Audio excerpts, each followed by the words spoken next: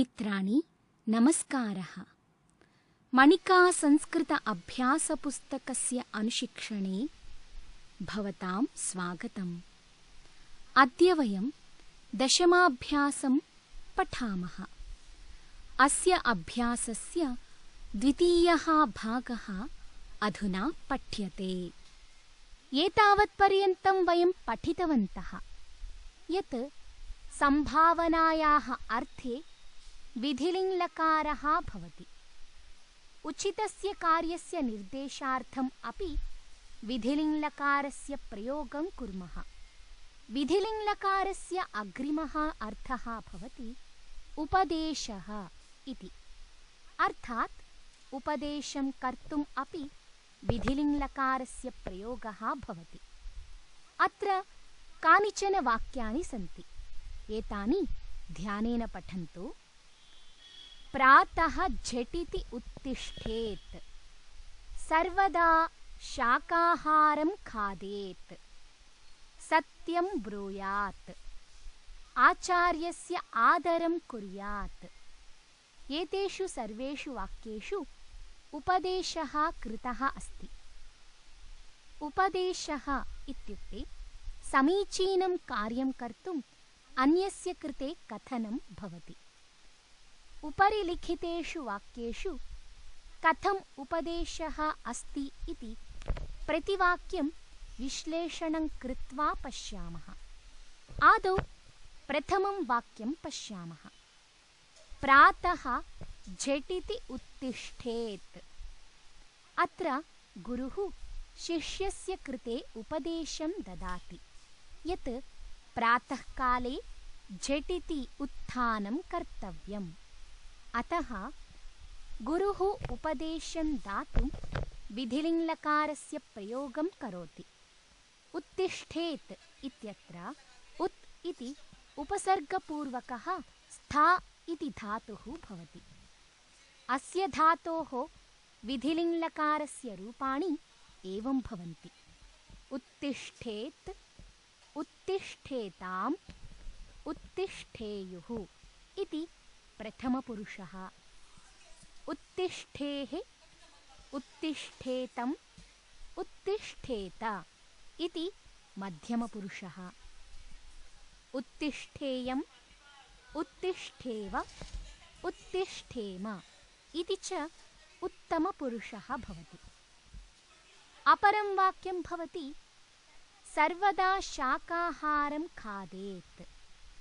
अस्मिन् वाक्ये कश्चन धर्मगुरुः जनानां कृते उपदेशं ददाति यत् कदापि मांसाहारः न खादनीयः। अतः सः धर्मगुरुः उपदेशं दातुं विधिलिङ्लकारस्य प्रयोगं करोति। वाक्ये खादेत् इति खाद् धातोः विधिलिङ्लकारस्य क्रियापदम् अस्ति। एतस्य धातोः अन्यानि क्रियापदानि अपि वदन्तु। आम्, उत्तमम्। खादेत्, खादेताम्, खादेयुः इति प्रथमपुरुषः। खादेः, खादेतं, खादेत इति मध्यमपुरुषः। खादेयं, खादेव, खादेम इति च उत्तमपुरुषः भवति। अग्रिमं वाक्यम् अस्ति सत्यं ब्रूयात्। अस्मिन् वाक्ये कश्चन पिता पुत्रस्य कृते उपदेशं ददाति यत् सत्यं वक्तव्यम्।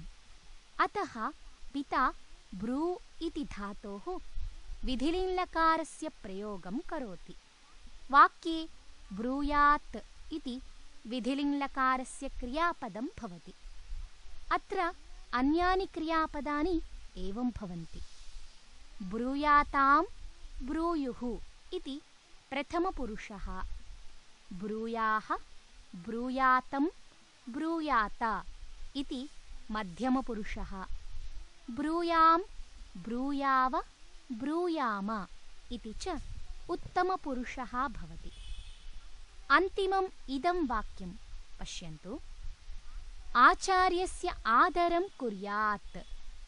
अत्र ज्येष्ठः अनुजस्य कृते उपदेशं ददाति यत् आचार्यस्य आदरः कर्तव्यः। अतः ज्येष्ठः उपदेशं दातुं विधिलिङ्लकारस्य प्रयोगं करोति। वाक्ये कुर्यात् इति कृ धातोः विधिलिङ्लकारस्य क्रियापदम् अस्ति। अधुना अत्र कानिचन पद्यानि पठामः। एतेषु पद्येषु विधिलिङ्लकारस्य क्रियापदानि कानि सन्ति इति सूचयन्तु। प्रथमं पद्यं भवति न वै स्वयं तत् अश्नीयात् अतिथिं यत् न भोजयेत्। अस्मिन् पद्ये कश्चन कस्यचित् कृते उपदेशं करोति। पद्यस्य अर्थः भवति यत् अतिथेः कृते भोजनदानेन विना स्वयं भोजनं न कर्तव्यम्। अर्थात् अतिथेः कृते भोजनं दत्त्वा एव भोजनं कर्तव्यं भवति। न वै स्वयं तत् अश्नीयात् अर्थात् स्वयं तस्य अशनं न कर्तव्यम्। अशनम् अर्थात् खादनम्। अशनं न कर्तव्यम् इति उपदेशदानार्थम् अश् इति धातोः विधिलिङ्लकारस्य प्रयोगः पद्ये कृतः अस्ति। पद्ये अश्नीयात् इति विधिलिङ्लकारस्य क्रियापदम् अस्ति। अश् इति धातोः विधिलिङ्लकारे क्रियापदानि एवं भवन्ति। अश्नीयात्, अश्नीयाताम्, अश्नीयुः इति प्रथमपुरुषः। अश्नीयाः, अश्नीयातम्, अश्नीयाता इति मध्यमपुरुषः। अश्नीयाम्, अश्नीयाव, अश्नीयाम इति च उत्तमपुरुषः भवति। अग्रे पद्ये उक्तं यत् अतिथिं यत् न भोजयेत् अर्थात् अतिथेः कृते यत् भोजनं न भोजितम् अस्ति तत् भोजनं न खादनीयम्। इत्युक्ते अतिथेः कृते अवश्यं भोजनीयम्। अवश्यं भोजनीयम् इति उपदेशः अस्ति खलु। अतः भोजयेत् इति विधिलिङ्लकारस्य प्रयोगः पद्ये कृतः अस्ति। भोजयेत् इति भुज् इति धातोः विधिलिङ्लकारस्य क्रियापदं भवति। भुज् इति धातोः विधिलिङ्लकारस्य अन्यानि क्रियापदानि एवं भवन्ति। भोजयेत्, भोजयेतां, भोजयेयुः इति प्रथमपुरुषः। भोजयेः, भोजयेतं, भोजयेत इति मध्यमपुरुषः। भोजयेयं, भोजयेव, भोजयेम इति च उत्तमपुरुषः भवति। अग्रिमं पद्यम् अस्ति यः प्रीणयेत् सुचरितैः पितरं सपुत्रः। अस्मिन् वाक्ये अपि कश्चन उपदेशं करोति यत् यः उत्तमव्यवहारं कृत्वा पितुः तृप्तिं करोति सः समीचीनः पुत्रः भवति। वाक्ये उपदेशार्थं प्रीणयेत् इति विधिलिङ्लकारस्य प्रयोगः कृतः अस्ति। प्रीणयेत् इति प्री इति धातोः क्रियापदं भवति। अस्य धातोः अन्यानि क्रियापदानि अपि एकवारं पश्यामः। प्रीणयेतां, प्रीणयेयुः इति प्रथमपुरुषः। प्रीणयेः, प्रीणयेतं, प्रीणयेत इति मध्यमपुरुषः। प्रीणयेयं, प्रीणयेव, प्रीणयेम इति च उत्तमपुरुषः भवति। अधुना अग्रिमं पद्यं पश्यामः। सुखार्थी वा त्यजेत् विद्यां, विद्यार्थी वा त्यजेत् सुखं, सुखार्थिनः कुतो विद्या, कुतो विद्यार्थिनः सुखम्। सर्वादौ श्लोकस्य प्रथमं पादं पश्यामः। सुखार्थी वा त्यजेत् विद्याम् इति। अत्रापि उपदेशः अस्ति। एतस्य पदस्य अभिप्रायः अस्ति यत् यदि कश्चन सुखम् इच्छति तर्हि विद्यायाः त्यागं कुर्यात्, यतः विद्यायाः प्राप्तिं कर्तुं कठिनः परिश्रमः कर्तव्यः भवति।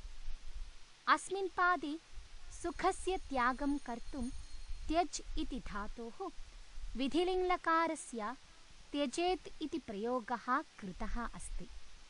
त्यज् इति धातोः अन्यानि रूपाणि वदन्तु। उत्तमं, त्यजेत्, त्यजेतां, त्यजेयुः इति प्रथमपुरुषः। त्यजेः, त्यजेतं, त्यजेत इति मध्यमपुरुषः। त्यजेयं, त्यजेव, त्यजेम इति च उत्तमपुरुषः भवति। एवमेव श्लोकस्य द्वितीयं पादम् अपि पश्यन्तु। विद्यार्थी वा त्यजेत् सुखम् इति। अत्रापि उपदेशः कृतः अस्ति यत् यदि कश्चन विद्यायाः इच्छां करोति तर्हि सः सुखस्य त्यागं कुर्यात्। अतः यथा पूर्वस्मिन् पादे त्यज् इति धातोः प्रयोगः कृतः तथैव अत्रापि त्यजेत् इति विधिलिङ्लकारस्य प्रयोगः कृतः अस्ति। पद्यस्य द्वितीयायां पङ्क्तौ उक्तम् अस्ति यत् सुखार्थिनः कुतो विद्या, अर्थात् यः सुखस्य प्राप्तिं कर्तुम् इच्छति सः विद्यां प्राप्तुं न शक्नोति। तथैव कुतो विद्यार्थिनः सुखम्, अर्थात् विद्यां यः इच्छति तेन सुखं प्राप्तुं न शक्यते। परन्तु द्वितीयायां पङ्क्तौ यत्किमपि विधिलिङ्लकारस्य क्रियापदं नास्ति। अन्तिमं पद्यांशं पश्यन्तु। सहसा विदधीत न क्रियाम्। वाक्ये उपदेशः अस्ति यत् झटिति चिन्तनं कृत्वा किमपि कार्यं न करणीयम् इति। अतः विदधीत इति विधिलिङ्लकारस्य क्रियापदस्य प्रयोगः कृतः अस्ति। एतत् क्रियापदं वि उपसर्गपूर्वकं धा इति धातोः आत्मनेपदे भवति। एकवारं युगपत् सर्वाणि रूपाणि पश्यामः। विदधीत, विदधीयातां, विदधीरन् इति प्रथमपुरुषः। विदधीथाः, विदधीयाथां, विदधीध्वम् इति मध्यमपुरुषः। विदधीय, विदधीवहि, विदधीमहि इति च उत्तमपुरुषः भवति। एवं प्रकारेण उपदेशः यत्र भवति तत्रापि विधिलिङ्लकारस्य प्रयोगः करणीयः भवति। अग्रिमः विधिलिङ्प्रयोगः इच्छार्थे अस्ति। यदा कश्चन इच्छां करोति अथवा स्वकीयाम् इच्छां प्रकटयति तदा तत्र विधिलिङ्लकारः भवति। अधुना कानिचन वाक्यानि लिखामि, ध्यानेन पठन्तु। भवान् शीघ्रं नीरोगो भवेत्। मम भगिनी कक्ष्यायां प्रथमं स्थानं प्राप्नुयात्। वयं प्रातः ईश्वरं स्मरेम। एतेषु वाक्येषु वयं पश्यामः यत् सर्वत्र काचित् इच्छा प्रकटिता अस्ति। वाक्येषु कथम् इच्छा प्रकटिता अस्ति इति प्रतिवाक्यं विश्लेषणं कृत्वा पश्यामः। तत्र प्रथमं वाक्यं भवान् शीघ्रं नीरोगो भवेत्। रामः मम मित्रम् अस्ति। सः रुग्णः अस्ति। अहम् इच्छामि यत् सः शीघ्रम् एव रोगात् मुक्तः भवेत्। अत एव मम इच्छां वक्तुम् अहं भवेत् इति विधिलिङ्लकारस्य प्रयोगं करोमि। भवेत् इति भू इति धातोः क्रियापदं भवति। अग्रिमं वाक्यं पश्यन्तु। मम भगिनी कक्ष्यायां प्रथमं स्थानं प्राप्नुयात्। अत्र मम इच्छा अस्ति यत् मम भगिनी स्वकक्ष्यायां प्रथमस्य स्थानस्य प्राप्तिं कुर्यात्। अतः एताम् इच्छां वक्तुम् अहं विधिलिङ्लकारस्य प्रयोगं करोमि। प्राप्नुयात् इति उपसर्गपूर्वकस्य आप् इति धातोः क्रियापदं भवति। अन्तिमं वाक्यं पश्यन्तु। वयं प्रातः ईश्वरं स्मरेम। ये ईश्वरभक्ताः भवन्ति तेषां प्रातःकाले उत्थानसमये ईश्वरं स्मर्तुम् इच्छा भवति। ईश्वरस्मरणस्य एताम् इच्छां वक्तुं स्मरेम इति विधिलिङ्लकारस्य प्रयोगं कुर्मः। स्मरेम इति स्मृ धातोः क्रियापदं भवति। अधुना कानिचन वाक्यानि लिखामि। यदि एतेषु वाक्येषु भवन्तः इच्छार्थं पश्यन्ति तर्हि विधिलिङ्लकारस्य क्रियापदस्य योजनेन वाक्यानि पूरयन्तु। तत्र प्रथमं वाक्यम् अस्ति भवान् शीघ्रम् उन्नतिम् इत्यादि। अत्र मम इच्छा अस्ति यत् भवान् शीघ्रम् उन्नतेः प्राप्तिं कुर्यात्। अतः एताम् इच्छां वक्तुम् अहं प्राप्नुयात् इति विधिलिङ्लकारस्य क्रियापदेन सह वाक्यस्य पूर्तिं करोमि। एवञ्च वाक्यं भवति भवान् शीघ्रम् उन्नतिं प्राप्नुयात्। द्वितीयं वाक्यं पश्यन्तु। अस्माकं देशे पण्डिताः समदर्शिनः इत्यादि। समदर्शिनः अर्थात् समानदृष्ट्या युक्ताः अथवा भेदभावरहिताः। पण्डिताः अर्थात् विद्वत् जनाः अथवा विद्यावन्तः। अस्माकं मनसि इच्छा अस्ति यत् अस्माकं देशस्य पण्डितानां दृष्टिः समाना भवेत्। अतः एताम् इच्छां वक्तुं भवेयुः इति विधिलिङ्लकारस्य क्रियापदस्य योजनेन वाक्यं निर्मामः। अस्माकं देशे पण्डिताः समदर्शिनः भवेयुः इति वाक्यं भवति। भवेयुः इति कस्य धातोः क्रियापदं भवति? सम्यक्, भू इति धातोः क्रियापदं भवति। अग्रिमं वाक्यम् अस्ति अस्माकं देशः कदापि पराधीनः न इत्यादि। सर्वेषाम् इच्छा भवति यत् तेषां देशः कदापि पराधीनः न भवेत् इति। अतः एताम् इच्छां वक्तुं भवेत् इति भूधातोः लट्लकारस्य क्रियापदं वाक्येन सह योजयामः। अस्माकं देशः कदापि पराधीनः न भवेत् इति सम्पूर्णं वाक्यं भवति। अग्रिमं वाक्यम् अस्ति अहमपि युद्धे शत्रून् इत्यादि। युद्धे शत्रूणां मारणं कुर्मः अथवा रक्षां कुर्मः? एवं, शत्रूणां मारणमेव कुर्मः। अतः ममापि इच्छा अस्ति यत् मयापि शत्रवः युद्धे मारणीयाः। एताम् इच्छां वक्तुम् अहं मारयेयम् इति विधिलिङ्लकारस्य प्रयोगं करोमि। तदा वाक्यं भवति अहमपि युद्धे शत्रून् मारयेयम् इति। मारयेयम् इति मृधातोः क्रियापदं भवति। एतस्य धातोः अन्यानि अपि क्रियापदानि पश्यामः। मारयेत्, मारयेतां, मारयेयुः इति प्रथमपुरुषः। मारयेः, मारयेतं, मारयेता इति मध्यमपुरुषः।